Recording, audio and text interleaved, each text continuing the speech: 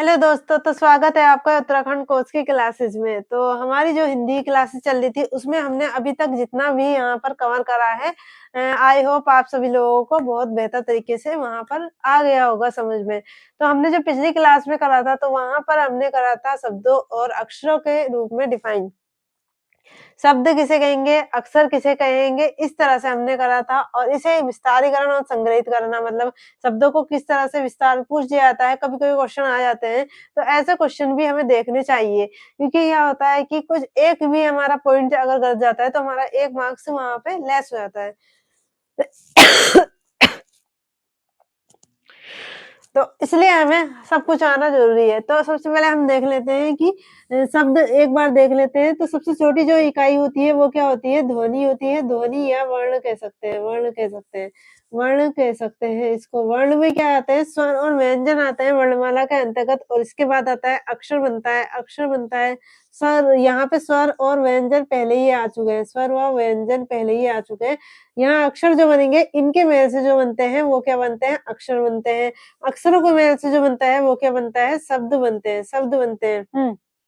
अक्षरों के मेल से शब्द बनते हैं। अब शब्दों की रचना कैसे की जाती है, इसके बारे में हम यहाँ पे आज सीखेंगे।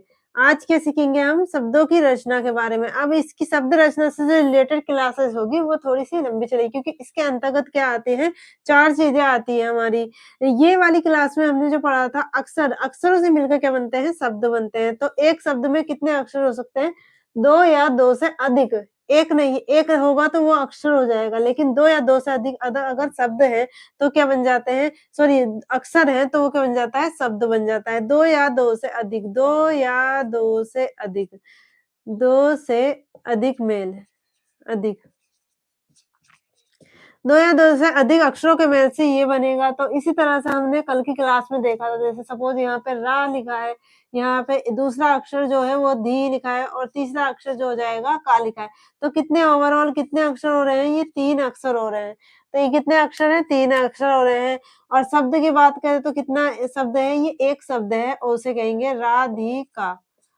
ये हो गया राधिका। अब ये जो शब्द बना, ये जो शब्द बना, तो ये किस तरीके से बना हमारा? तो किस तरीके से बना? तो ये पढ़ेंगे हम इसके अंतर्गत। तो किस तरीके से बना है ये शब्द इसके अंतर्गत पढ़ेंगे। तो हमारे इसके जो अंदर आते हैं 4 तरह की मूल इसके क्या होते हैं? जो शब्दों की रचना होती है वो 4 तरह से होती है। ये शब्दों की रचना 4 तरह से होती है। पहला आप देखेंगे तो संधि आ जाती है, यानी कि संधि हो जाती है और दूसरा समास, तीसरा प्रत्यय ये मैं अभी आपको बताऊँगी, पहले लिख देती हूँ प्रत्यय और चौथा जो होगा वो क्या होगा? क्या होगा? उपसर्ग। सिंपल सी चीज़ें हैं, आराम से आप समझ जाएँगे। तो यहाँ पे आपने संधि देख लिया, समास देख लिया, प्रत्यय और उपसर्ग। जब संधि, समास, प्रत्यय, उपसर्ग इनमें से जब जुड़ जाते हैं तो क्या होती है? शब्दों की रचना होती है। यानी कि कोई सा भी शब्द वो जो बना हुआ है, या तो उसमें संधि हुई होगी, उसके अंदर या तो समास होगा या फिर उसमें प्रत्यय जुड़ा है या फिर उपसर्ग जुड़ा हुआ है। इस तरीके से शब्दों की रचना की जाती है। कुछ ऐसे होते हैं जो क्या होते हैं स्वतंत्र शब्द होते हैं, वो अलग टाइप के शब्द होते हैं। तो ये जो शब्दों की मूल रूप से जो रचना की जाती है वो 4 तरीके से की है। संधि जो होती है वर्णों का मेल होता है, वर्णों का मेल, वर्णों का मेल होता है, जबकि समास के अंतर्गत क्या होता है? शब्दों का मेल होता है, शब्दों यानी कि 2 जो होते हैं शब्दों का मेल। शब्दों का मेल से जो विकार या परिवर्तन उत्पन्न होता है वो समास कहलाता है। वर्णों के मेल से जो विकार या वो परिवर्तन उत्पन्न होता है उसे कहते हैं संधि कहते हैं। और ये जो प्रत्यय जो होते हैं प्रत्यय और उपसर्ग। उपसर्ग क्या है? आगे जोड़े जाते हैं, जबकि प्रत्यय कहाँ जोड़े जाते हैं? पीछे की ओर जोड़े जाते हैं।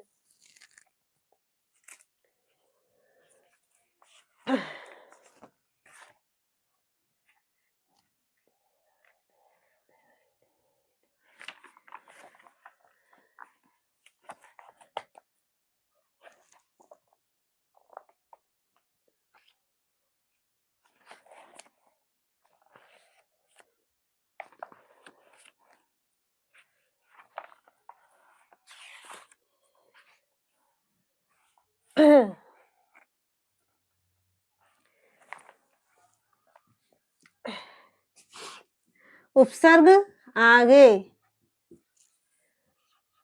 जुड़कर, आगे जुड़कर, प्रत्यय पीछे जुड़कर, पीछे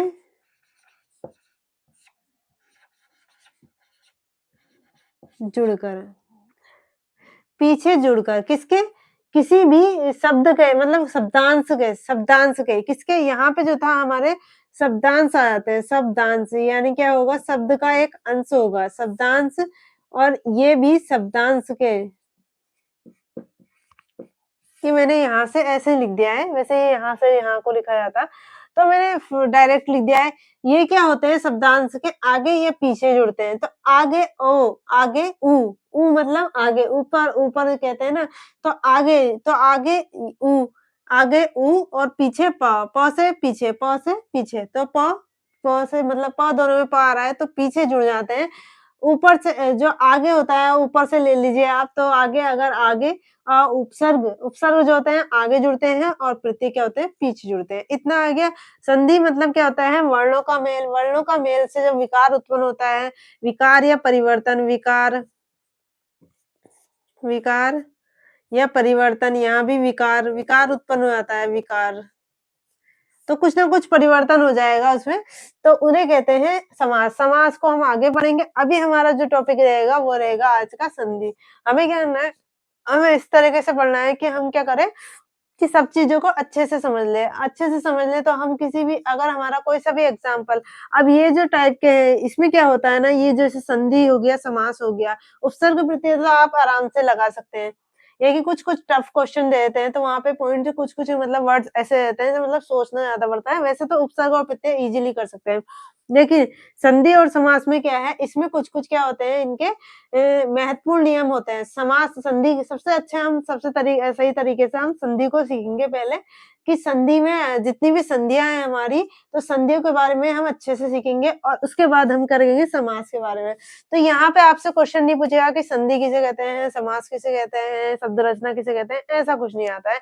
यहाँ पर आपने देखा होगा कि मोस्टली क्या आता है, एग्जाम्पल दे दिया जाता है और पूछ दिया जाता है कि इसमें कौन-सी संधि उत्पन्न है। मतलब इसमें कौन-सी संधि है ये? यर संधि है, गुण संधि है, अयादि संधि है, ये पूछ सकता है, समास की बात पूछ सकता है। तो हम क्या करेंगे, हम ऐसी चीज़ों को लेके चलेंगे ताकि हम क्या देखें कि एग्ज़ाम्पल देखें तो ईज़िली वहाँ से कर लें।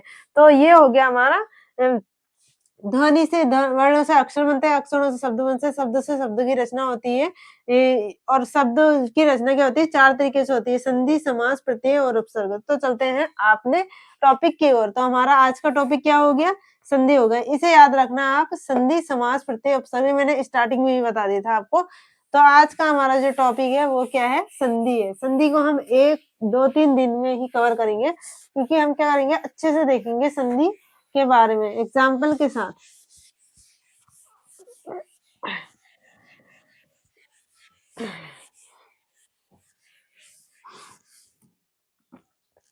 संधि, तो हमारा टॉपिक क्या है आज का? संधि। संधि हमारा क्या है आज का टॉपिक है।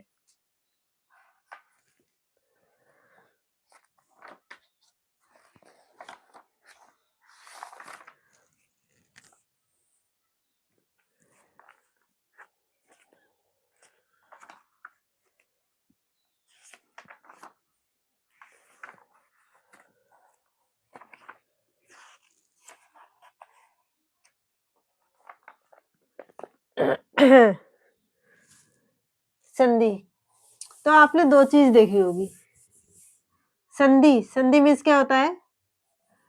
संधि करना। सुना होगा आपने, जैसे क्या होता है कि संधि हो गई, किस चीज की संधि हो गई? बहुत सारी चीजें थी, जैसे हिस्ट्री आती है हमारी उत्तराखंड की हिस्ट्री थी, वहां पे क्या हुआ था उत्तराखंड की छोड़ो, भारत की हिस्ट्री की बात करते हैं, तो बहुत सारी संधियाँ हुई थी राजा-महाराजाओं के बीच में, तो उसे कहते हैं मिलना कहते हैं। संधि यानी कि क्या हुआ है, इधर से दूसरा शासक आया, इधर से या तो सरकार आई या इधर से कोई अंग्रेजी ब्रिटिश शासन आया, वहाँ से उन्होंने अपनी-अपनी बातें रखी और क्या कर दिया, कुछ पत्रों पे हस्ताक्षर कर दिया। तो उन्होंने क्या करा, एक समझौता करा। तो संधि का मतलब क्या होता है, मैं उनका अर्थ लिख देती हूँ। तो संधि को हम क्या-क्या कह सकते हैं, समझौता कह सकते हैं। संधि को बहुत क्या कह सकते हैं, समझौता कह सकते हैं, मेल कह सकते हैं, संयोग कह सकते हैं। तो यहाँ पे डेफिनेशन क्या हो जाएगी इसकी, संधि की क्या डेफिनेशन हो जाएगी, दो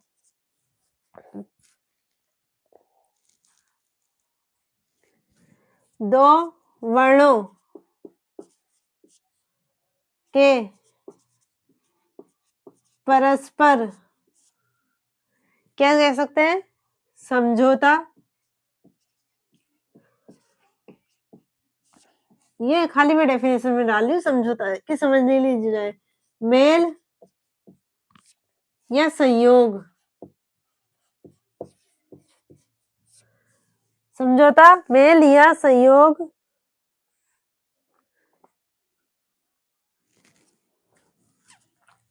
से संयोग से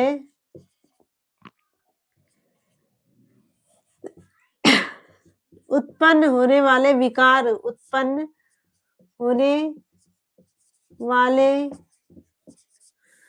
विकार, विकार भी कहते हैं या परिवर्तन, विकार को ही परिवर्तन कहते हैं। तो परिवर्तन विकार एक ही मतलब हुआ, चेंजिंग यानी कि चेंजिंग भी कह सकते हैं इसे, चेंजिंग चेंजिंग चेंज। तो परिवर्तन, चेंज या विकार को क्या कहते हैं, संधि कहते हैं, संधि कहते हैं।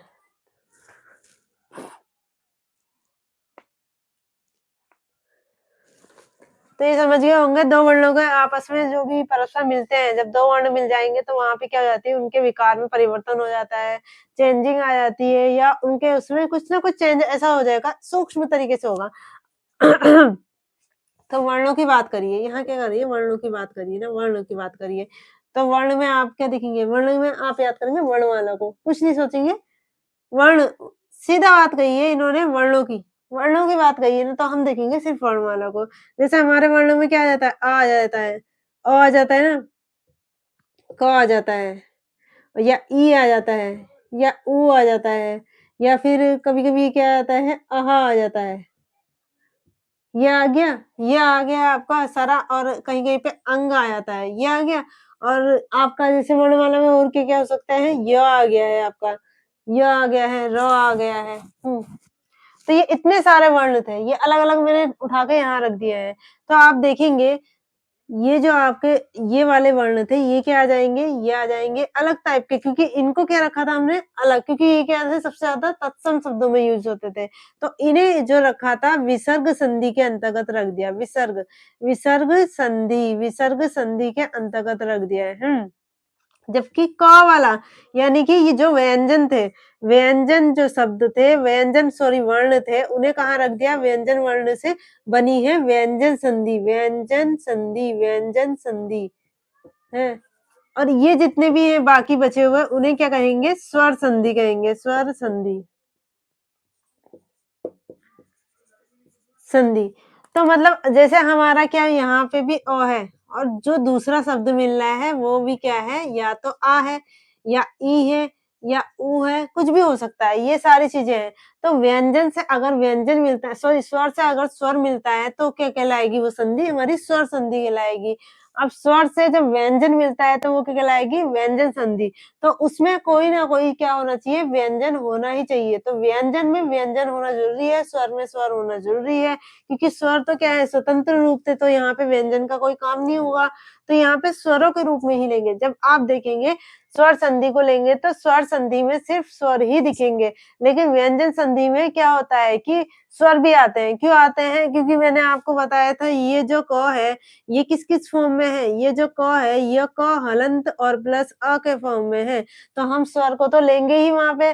तो हमारा जो ये क और प्लस अ के फॉर्म में है, तो ये हमारा जो इसके अंदर जो स्वर छुपा हुआ है, तो स्वर तो पहले से ही बैठा है।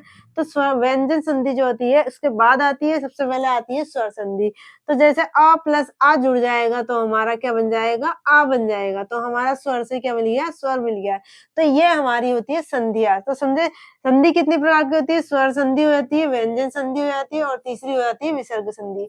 ये व्यंजन संधि हो गई, ये स्वर संधि हो गई और ये विसर्ग संधि हो गई। तो संधि के प्रकार की बात करते हैं। संधि के प्रकार कितने प्रकार की संधियाँ होती है हमारी?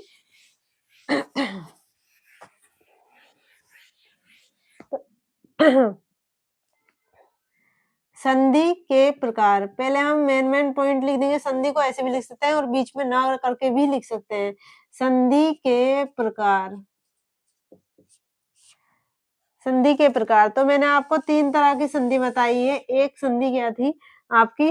सबसे पहले हम जो है वर्णमाला में क्या देखते हैं? स्वर देखते हैं।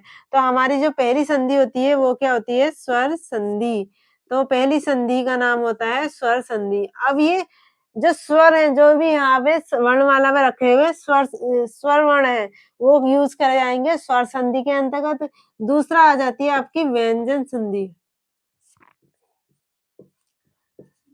व्यंजन संधि, तो दूसरी आपकी कौन-सी संधि हो जाएगी? व्यंजन संधि हो जाएगी और तीसरी जो आती है, वो आती है आपकी विसर्ग संधि। अब इन्हें तो नहीं छोड़ सकते हैं, है तो हमारी वर्णमाला का ही, हमारे समूह की, तो इन्हें भी तो लेंगे। तो विसर्ग संधि हमारी आ जाती है तीसरे टाइप की संधि। तो यहाँ पे देख लीजिए स्वर संधि, व्यंजन संधि और विसर्ग संधि।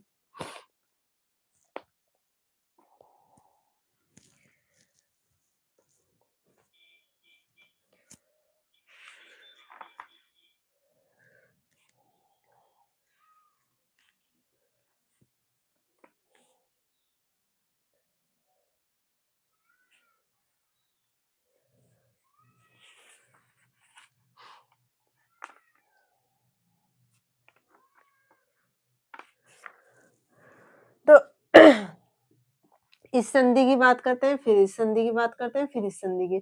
तो हमारे संधि के प्रकार कितने होते हैं? 3 टाइप के होते हैं। कितनी होती हैं? 3 तरह की संधियाँ होती हैं। स्वर संधि, व्यंजन संधि और विसर्ग संधि। स्वर संधि जो है, स्वर संधि की बात करें तो स्वर संधि में हमारा क्या होता है कि स्वर प्लस स्वर होता है। यानी कि स्वर प्लस स्वर करके कोई विकार उत्पन्न हो जाता है। जो भी चेंजिंग आएगी वो क्या कहलाएगी? स्वर संधि कहलाएगी। यहाँ पर आपका क्या हो सकता है? व्यंजन।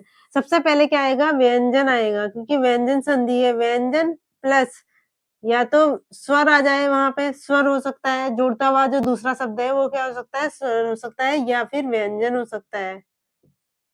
तो इसके बाद जो विकार उत्पन्न होता है वो क्या कहलाएगा? विकार यानी कि जो भी शब्द आएगा, जो शब्द आएगा जुड़ के, यानी कि यहाँ पे स्वर वर्ण है। सपोज यहाँ पे व्यंजन है, क है और यहाँ पे क्या है? प्लस अ है, तो हमारा क्या हो रहा था? क आ रहा था। इस तरीके से जो हमारा कुछ भी होगा, मतलब ये तो मैं एग्जांपल बता रही थी। तो हमारा क्या होगा? वो एक शब्द बनेगा, तो वो कहलाएगी व्यंजन संधि। जबकि विसर्ग संधि में क्या हो जाएगा कि विसर्ग होगा, कोई पहले क्या होगा? विसर्ग होगा। पहले जो होगा ना विसर्ग होगा, यानी कि विसर्ग आह के फॉर्म में होता है। विसर्ग क्या होता है? आह के फॉर्म में होता है ना, आह खाली इस प्रकार से। तो आह के फॉर्म में होगा प्लस यहाँ पे आपका क्या हो जाएगा? कोई भी स्वर होगा, यहाँ पे स्वर होगा या फिर व्यंजन होगा। तो क्या बन जाती है? हमारा विकार उत्पन्न होता है, यानी कि कोई सा भी एक शब्द बनता है, विकार या परिवर्तन हो जाता है। तो ये हमारे थे स्वर संधि, व्यंजन संधि और अ, विसर्ग संधि। तो आप देखेंगे यहाँ पे स्वर संधि क्या था? स्वर-स्वर मिलते हैं और विकार उत्पन्न होता है। मतलब स्वर-स्वर मिलने में क्या होता है? कोई भी शब्द में परिवर्तन आता है और वो बन जाता है। और यहाँ पे व्यंजन संधि में स्वर और व्यंजन, व्यंजन सबसे पहले आएगा और स्वर या व्यंजन मिलेगा। तो इतनी चीज़ें याद रखना, अगर आपको संधि विच्छेद करने के लिए दे दिया वहाँ पे सॉरी संधि विच्छेद तो होता है बाद में। संधि विच्छेद इनको तोड़ के जब हमारा ये शब्द बनता है सपोज़, संधि विच्छेद का मतलब होता है जैसे हमारा विकार है, ये जो शब्द है, शब्द से क्या मिलता है?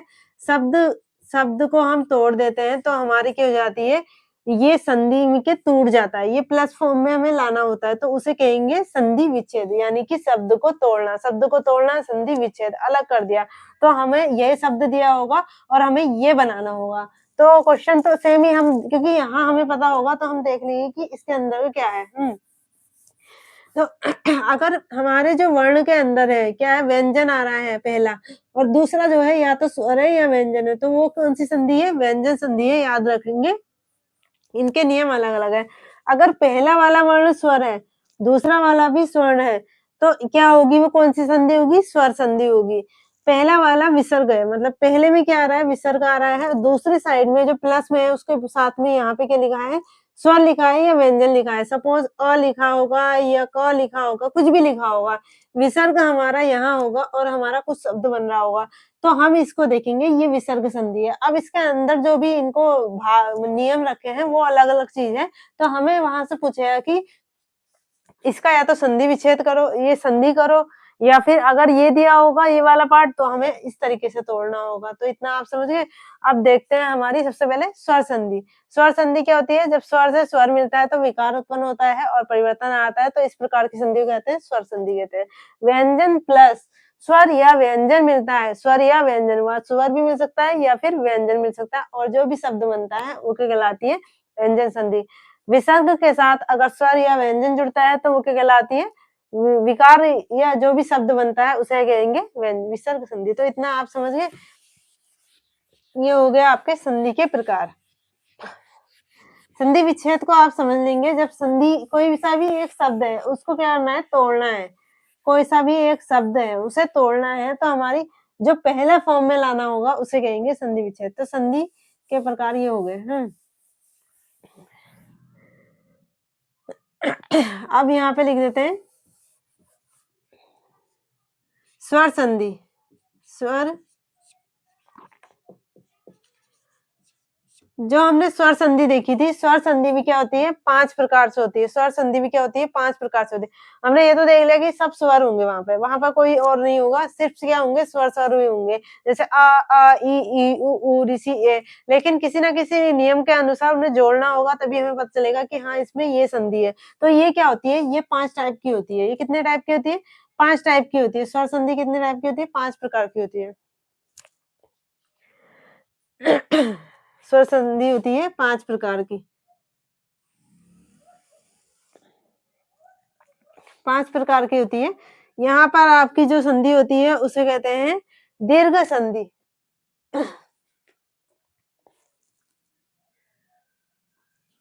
दीर्घ संधि, दीर्घ संधि। और कुछ भी संस्कृत के टाइप के कुछ नाम है तो वो आप देख सकते हैं वहां पे कहीं। दीर्घ संधि, फिर आ जाएगी आपकी यण संधि, सॉरी गुण संधि, गुण, गुण। आज हम इनको फटाफट ऐसे देखेंगे, फिर उसके बाद क्या देखेंगे, फिर उसके बाद जो हम कल से देखेंगे इसका थोड़ा सा क्या कर देंगे, इसकी जो पूरी क्लास करेंगे उसमें इसकी सिर्फ एक्सरसाइज है, एक्सरसाइज करेंगे। मतलब हमें क्या होना चाहिए ना, इसमें एक्सपर्ट बनना है संधि में। तो यहाँ पे 2 या 3 क्वेश्चन जो है संधि के आएंगे तो हम इजीली कर लेंगे। तो दीर्घ संधि, गुण संधि, फिर आती है वृद्धि संधि, वृद्धि संधि, वृद्धि संधि, वृद्धि संधि, वृद्धि संधि, यण संधि, यण, यण संधि, और यहाँ पर जो आएगी आपकी अयादि संधि, अयादि संधि। तो ये आ जाएगी आपकी अयादि संधि। तो संधि कितने प्रकार की होती है, स्वर संधि कितने प्रकार की होती है, 5 प्रकार की होती है। स्वर संधि में सबसे पहले आ जाएगी दीर्घ संधि, फिर गुण संधि, फिर यण संधि, सॉरी फिर वृद्धि संधि, फिर यण संधि और फिर अयादि संधि। तो एक बार इसको अच्छे से रिवाइज कीजिए।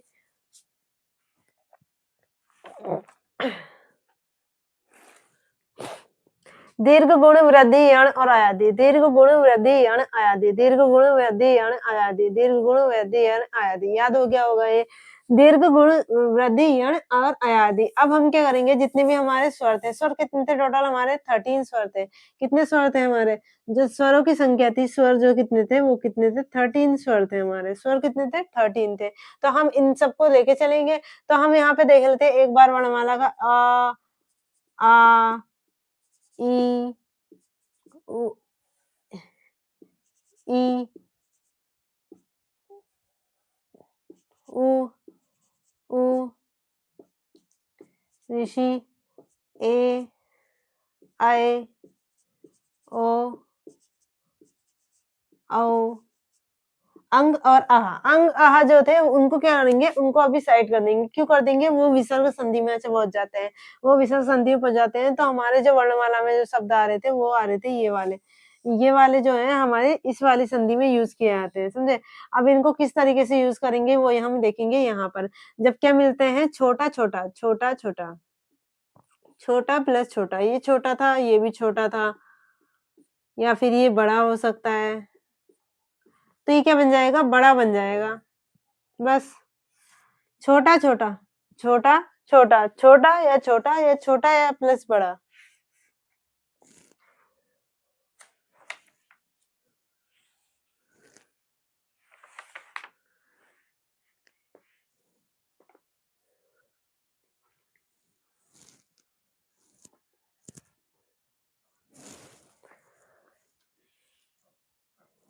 तो छोटा या बड़ा, छोटा-छोटा मतलब क्या है कि आपको इसमें जो भी मिलेगा ना ओवरऑल क्या मिलेगा, बड़ा ही मिलेगा।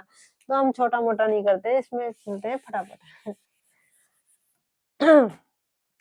हँसु हँसु कहते हैं ना, हँसु जो छोटे को कहते हैं हँसु कहते हैं और बड़े को दीर्घ कहते हैं।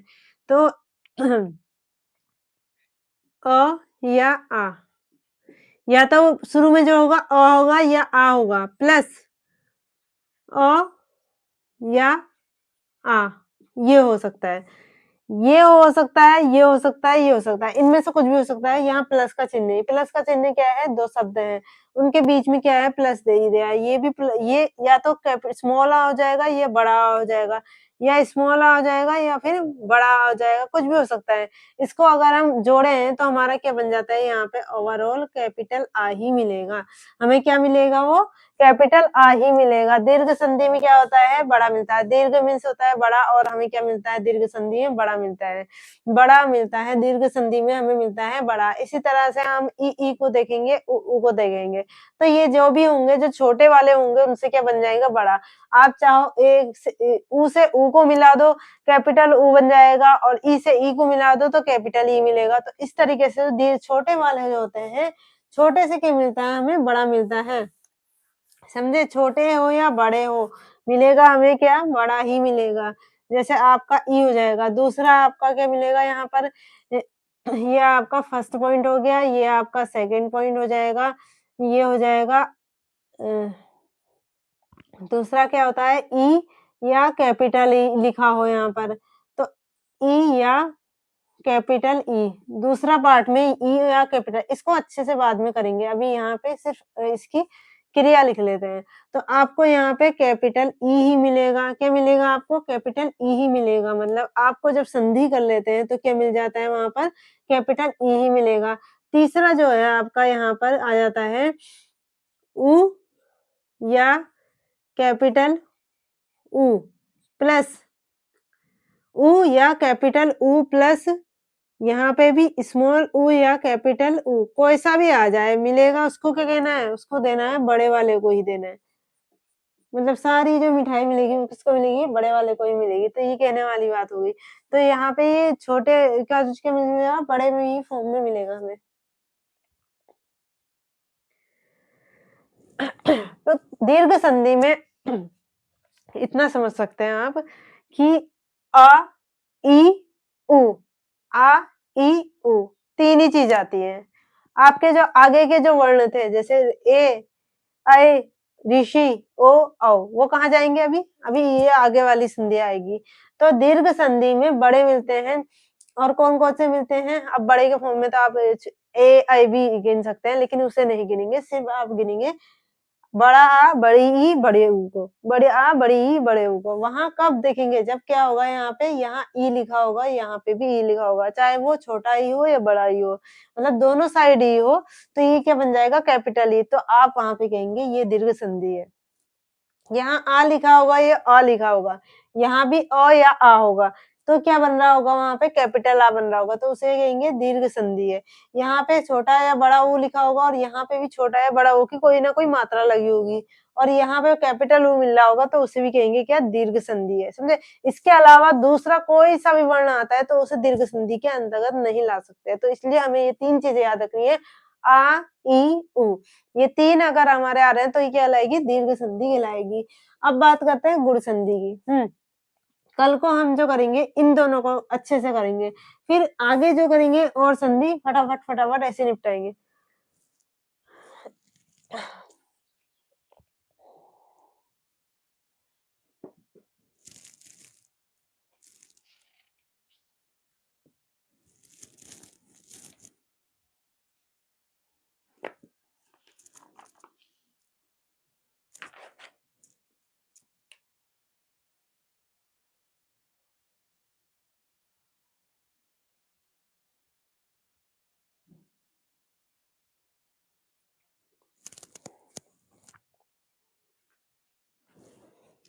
देखो, इसमें जो कह रखा है ना ये आ, ई सेम आ रहे थे। तो ये क्या है? एक ही उसके है ना अपना-अपना वो पकड़ लिया इन्होंने। लेकिन अगर आ या आ इसके साथ इसके साथ मतलब शुरू में ये वाले शब्द रहेंगे, ये वाले शब्द रहेंगे। शुरू में क्या होंगे? आपका कोई सा भी शब्द लिखा है, ये वाले शब्द होंगे। इसके साथ ई या सॉरी ये बड़ी ई नहीं होगा, छोटी ई होगा ये।